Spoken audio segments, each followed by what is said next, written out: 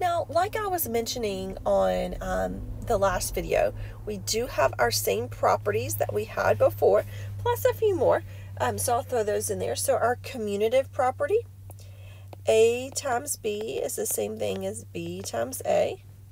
So for instance, the problem we're working at 3 times 4 is the same thing as 4 times 3. So we can change the order of them. The associative, so if we have A times B times C, the associative, I'm going to keep that order the same but change my grouping signs. That still is exactly the same for multiplication as it is addition. Now identity. Identity is going to be different. The additive identity, what we add to keep a number the same is 0. So 3 plus 0 is 3.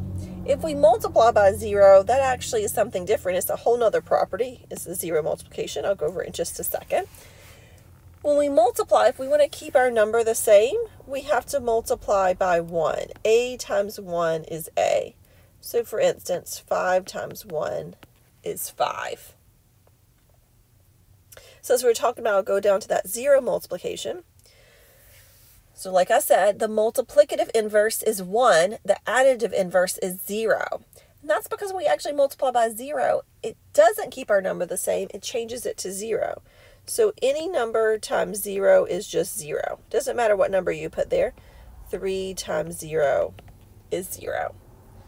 We didn't have that before with addition because 0 was the additive identity. All right, let's go back to the idea of closure. I know we spent some time on that before because it's usually a newer concept, so let's look at that again. So remember, if we choose any two elements out of our set, if they are now their product, that multiplication is in the set, then it's closed. So for instance, if we look at this set, that's the set of all the even numbers. So if I choose any two even numbers, if I multiply them together, because we're looking at it in terms of multiplication, not addition. So if I were to pick out any two even numbers, if I were to multiply them together, the answer would be an even number. You can think about, everybody can think about a different set. But let's say 2 times 10, the answer is 20. So if you take two even numbers, the answer is also even. So we say this thing is closed.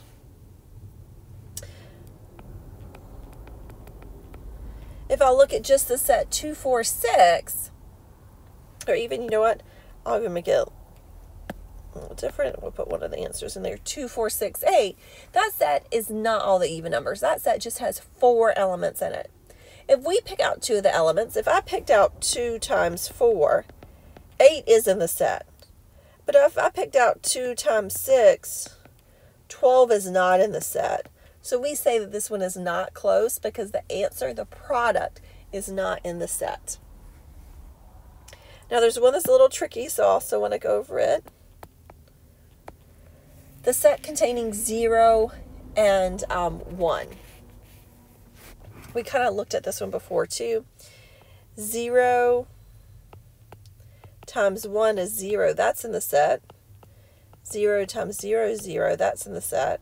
And 1 times 1 is 1. That's in the set. Those are the only possibilities. So we're used to, a lot of times people think, oh, if it's a finite set, if it's one of those sets that stops, that doesn't have the ellipse on the end, it's not closed. Well, that is a finite set, only has 2 elements in it, but it is closed. So yes, this one's closed. So be careful, don't jump to a whole bunch of conclusions.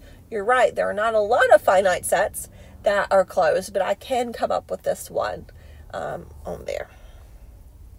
All right, last one is the distributive property.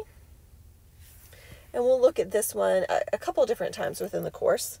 But if I've got a number out in front of a parentheses, what that's really telling me is everything inside is multiplied by that. So we call that distributing. We can distribute over addition. We also can distribute over subtraction.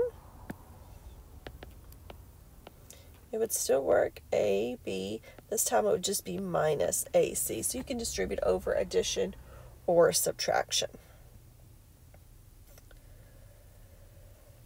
All right, we've got a couple kind of problems that are just kind of to themselves. So I'll look at those while we're doing these properties. So for this next problem, we're just supposed to put parentheses in the problem to make it true. And it's basically reminding us that we do have to worry about like order of operations. Whenever we're working, we just can't do things exactly left to right. That I need to do some things before other things.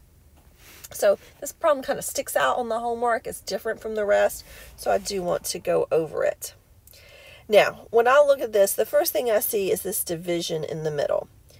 5 divided by 2 is not a whole number. That is a decimal. And I know right now we don't have decimals. We don't get decimals in our class until exam 2. It's not until, well, we get fractions in exam 2 and we get decimals in exam 3. So that really stuck out to me. So I don't think I need to divide 5 by 2. I think I needed to divide something by something else. So I decided to put parentheses. So I started on this side. I said, okay, 2 times 4 is 8. So I need something bigger than 8 on the left-hand side. Well, 5 isn't bigger than 8. 3 plus 5 is. So I could do that. I could try that. Well, it is 8. So I could divide it. Oops. So I tried this over here. That would give me 8 plus 8 divided by 8. Order of operations tells me I would divide before I would add. That would give me 8 plus 1. That's 9. So that wasn't right. Again, I'm trying to put the parentheses in the correct place. I have to use order of operations just to remind everybody. The order of operations, they have to do things in parentheses. We don't have any exponents in this problem. Then I would have to do my multiplying and dividing, and then my adding and subtracting. So that's the reason I would have to divide this 8 divided by 8 before I added. That's because division comes before addition. But it did make me think, if I could have done that 8 plus 8, that would have given me 16. So I was like, wait a minute. What if I add all these numbers together? If I added all those numbers together, that would give me 16 divided by 8.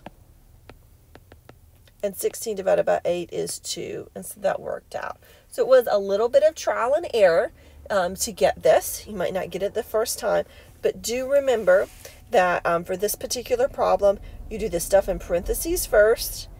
Then you do any of the multiplying, dividing, and then you do the adding and subtracting. You don't just do what you see first on the left-hand side. We do have to follow our order of operations.